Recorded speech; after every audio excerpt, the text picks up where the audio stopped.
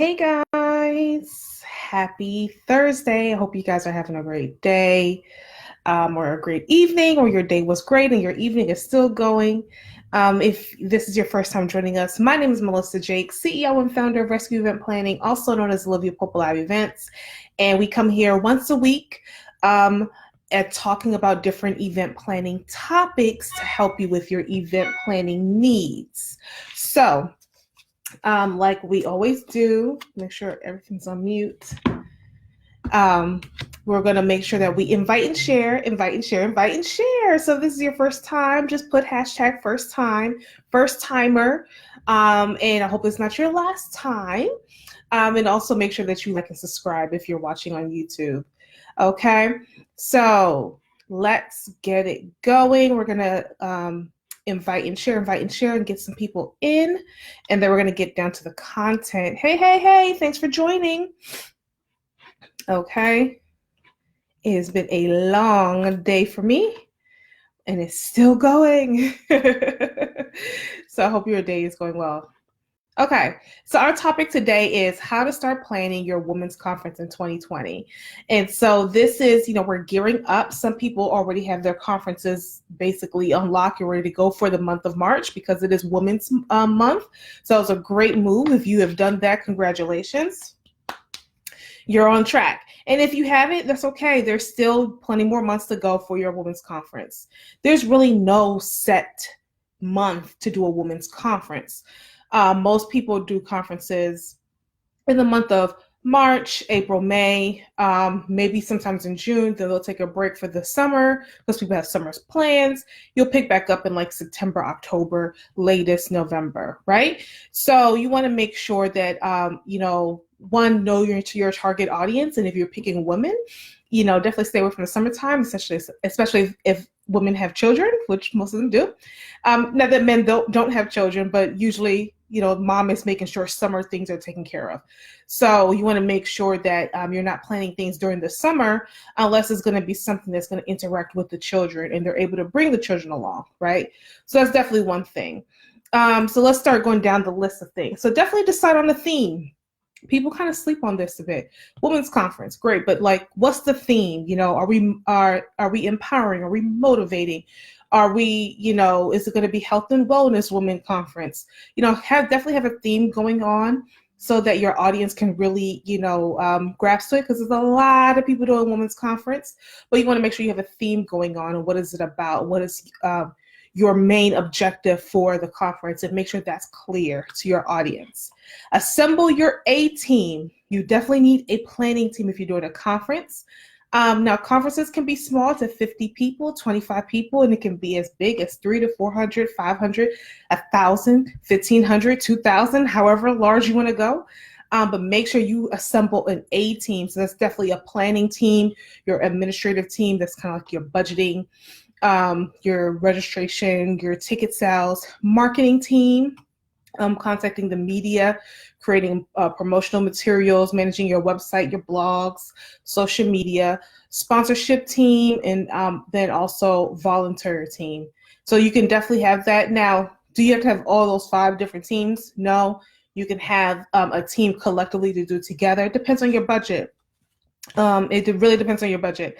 If your budget doesn't call for all those, definitely make sure you have a very strong event planner that can help you with your conference, because then she or he may have a team. That's definitely the key. Prepare a budget. Make sure you have a budget. And with the budget, you need something for venue. You need accommodations if you're going to have for people who are coming out of town. If your audience is not particularly to that city, make sure you have accommodations, transportation, catering, speaker fees. And there's another thing you can get around with speaker fees. Activities, marketing, and team members. There's still food, there's swag bags, there's lanyards, there's a lot of stuff. So make sure you're really going from top to bottom with your budget. A good thing that I do is, like, when I'm packing for a trip, I'm like, okay, what I need for my hair.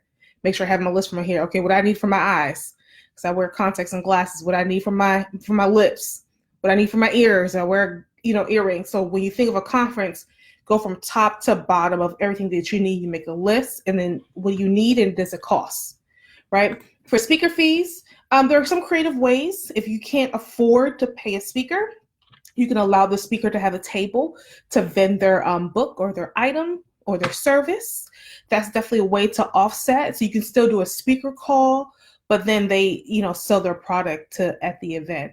And depending on how many people you have attending, that can be very enticing for them. So that might be something they're willing to do if you can't afford speaker fees. Okay. Making sure you find sponsors. Make sure you find sponsors. Make sure you find sponsors. And most people are like, how do I get this thing funded? It's through sponsorships.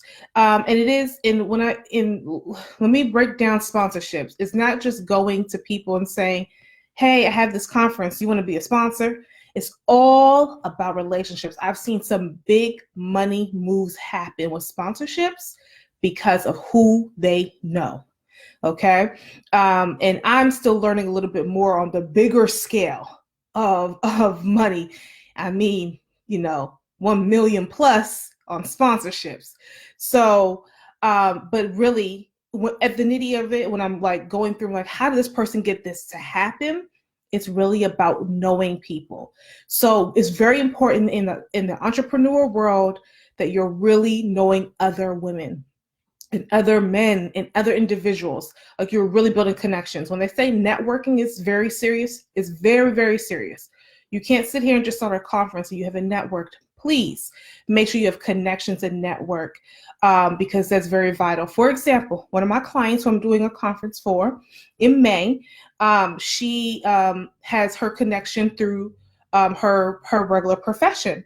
And so we got ticket sales and group sales because of her outlet that she's able to connect with, right? And so that's definitely a strong point for her. And so there's different ways to get sponsorships. So it's not just somebody giving money. Somebody can be a sponsor by having their logo on the step and repeat. If you don't know what a step and repeat is, please Google. Think of like the Oscars or the Grammys when they're on the red carpet, they step, the logo repeats, you keep stepping, the logo repeats. So that's a step and repeat. You would definitely want to have that for your conference because that's your branding for your conference. So make sure you have a step and repeat. One with your brand alone. I would then do a second one where you can have people have sponsors. And so I can have my logo at your conference and I'm advertising my business. And when people are taking pictures or doing Facebook Lives or Instagram Lives behind them, then, hey, my logo is right here. And how cool is that? And then now I can use that for my own marketing purposes, right? So that's how you can get some people to do that. We all know step and repeats. Well, maybe you guys don't know. Let me not assume. Step and repeats may cost you like around maybe $200 max, right? Depending on the vendor. And if you sell the sponsor spot for $50, all you need is 4 people and you have your step and repeat paid for. Now, some people charge $100 to be their logo to be at their brand.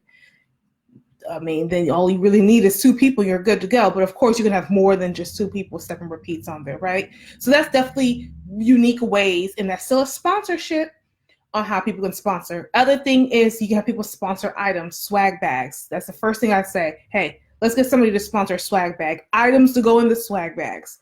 That is a sponsorship. That way you don't have to pay for things to get put in the bag. People already just give their products to you and you're good to go.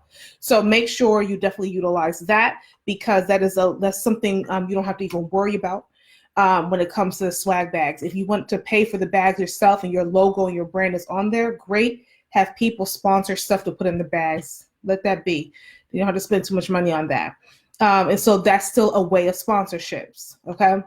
So don't only think about money as a sponsor, which is always great, but it's all about relationships and how you can definitely, how can you make sure that they are feeling like they're going to get their money's worth or their value's worth of putting in the product into the bag or paying for their logo to be on a step and repeat. How can they feel like I'm definitely going to get my value's worth for marketing purposes? Because at the end of the day, you got to think from the sponsor's mind, okay, am I going to really do this investment for my ROI, return of investment, right? Make sure you have a date. That's a big thing. Make sure you pick a date. Again, be mindful of vacations and stuff like that. And the furthest I will go is probably like no later than October for a conference. November, you start running into Thanksgiving and all of that. So, and if you do it like the first week of November, so that you don't have to worry about all of that other stuff. So, definitely that. Booking a venue, of course, finding a venue that can accommodate. When I talk about venues on my different lives, I always will say this, especially for a conference, people are going to be staying in the hotel. Check out the hotel room. People have been upgrading their ballrooms and they look fabulous, but the rooms are still stuck in the 1970s. Big problem, because when people check in, they're not seeing the ballroom first, they're seeing their room. You want to make sure they're like, what did I just get into? So make sure you check the rooms as well if you're going to be doing this at a hotel. And even if you're not doing it at a hotel, unless this is going to be a one-day conference and you have people coming out of town, whatever hotel that you recommend, you want to make sure the rooms are very well put together because you're putting up that recommendation for the hotel. Okay. If it's at a hotel, most likely you have to utilize their catering company. If not, make sure you arrange for catering. A good way, things that you can kind of save money on. So in the swag bags, I would definitely recommend that I tell some of my clients put in some granola bars, water, some of the like gum, mints, any little snacks, crackers, whatever, something that you can get like at Costco or BJ's or Sam's in bulk and put it in there, because a lot of people will charge you crazy amount of money for hotels, will charge you like a snack hour type of thing. The price is just ridiculous, right? And I'm like, I'm not gonna sit there and pay that, but I can go right to BJ's or Sam's or Costco and get things in bulk. So what I say is to get around that, put it in the swag bag because they can't stop you from that. So if you wanted to have like a very light breakfast, in a sense, or just like to give snacks away and you don't have to add that to your budget, a very expensive way, then you can just add that as a swag bags, right? So that's definitely a way to keep costs down. For food, there are different ways. A lot of things that are coming around now, if you're not a VIP ticket, you don't get lunch. So if you're having like a one-day conference or a two-day conference, they may offer breakfast is on your own, lunch is only for VIP ticket holders. That is a way to cut down on costs, and that's a way to cover that the ticket price is a little bit more for your VIP folks, because then lunch is included, right? So that's definitely a way to make sure you get your lunch covered and keep costs down, because you won't have as many people depending on how big you're going anyway. Lining up your speakers. So make sure you are lining up your speakers and make sure you're really looking into people. Ask them for their YouTube video, their YouTube link, or just a video of them speaking. And then kind of also, this is a two-way street, right? So they're speaking. And if you're compensating for them, that's great. But also you want to make sure that their audience is coming to your platform as well, because it's not just them coming to speak and that's good old gravy.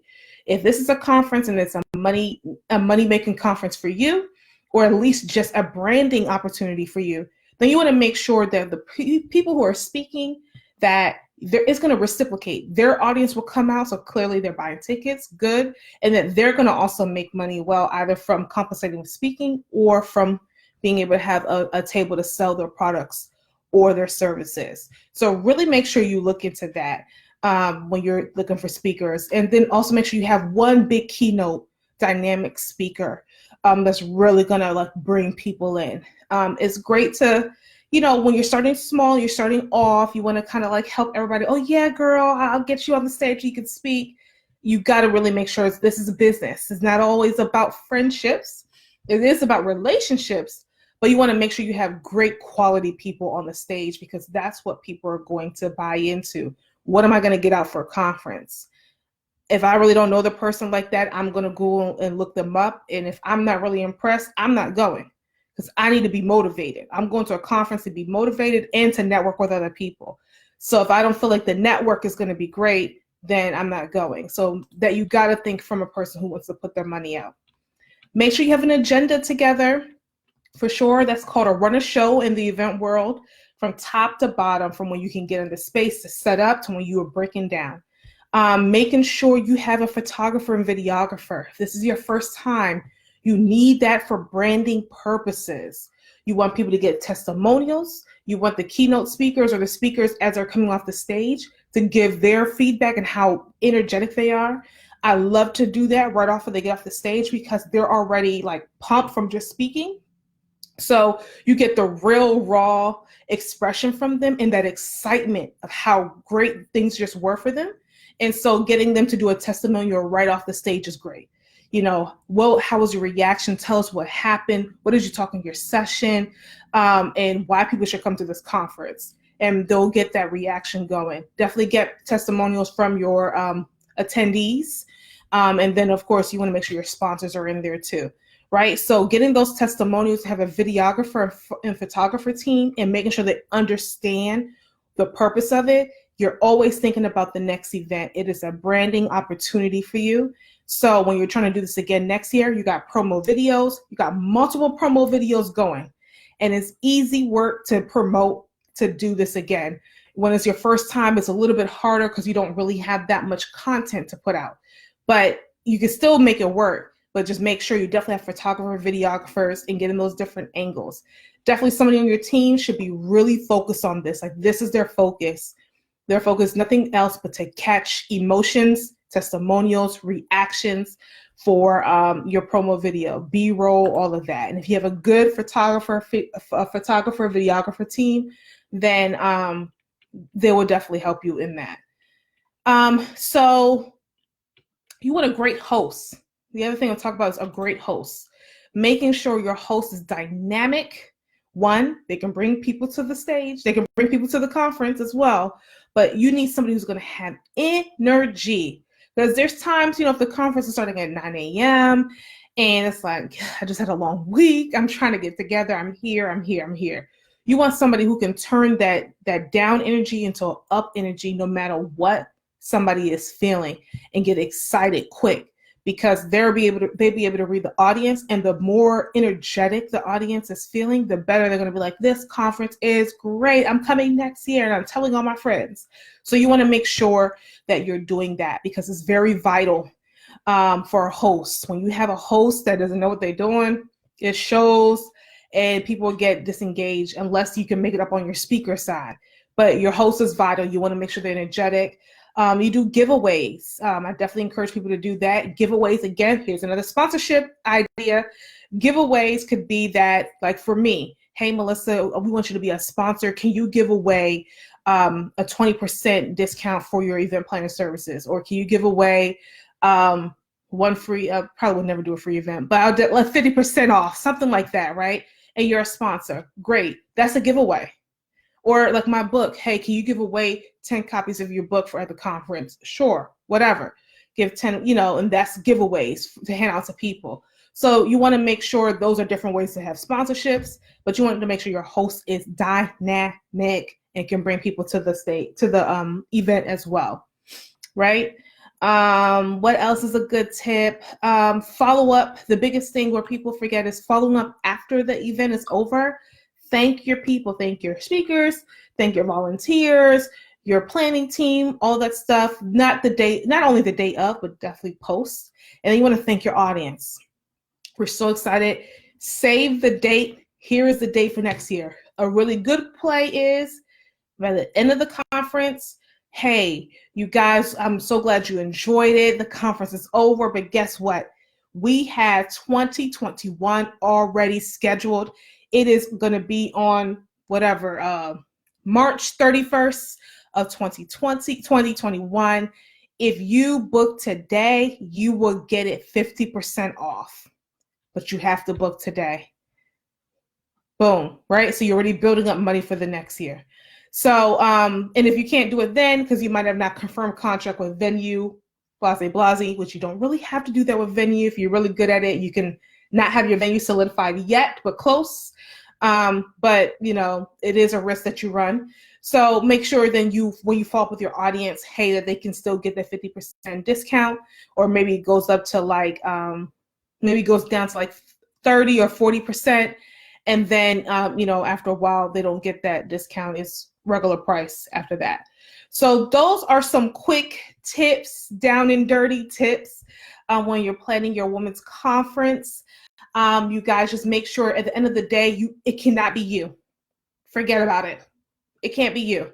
You got to have a team. And that's what rescue event planning does. We've done, geez, we've done about 4 or 5 women's conferences. And then, of course, we just have regular conferences that's not focused directly to women.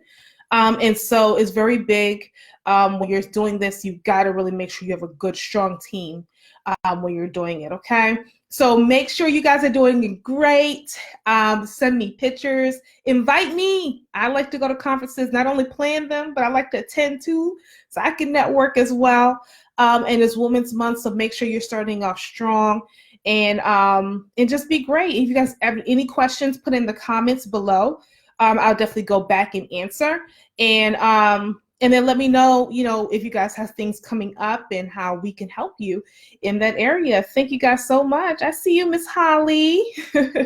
Thank you guys for watching. I'll talk to you guys later. Bye.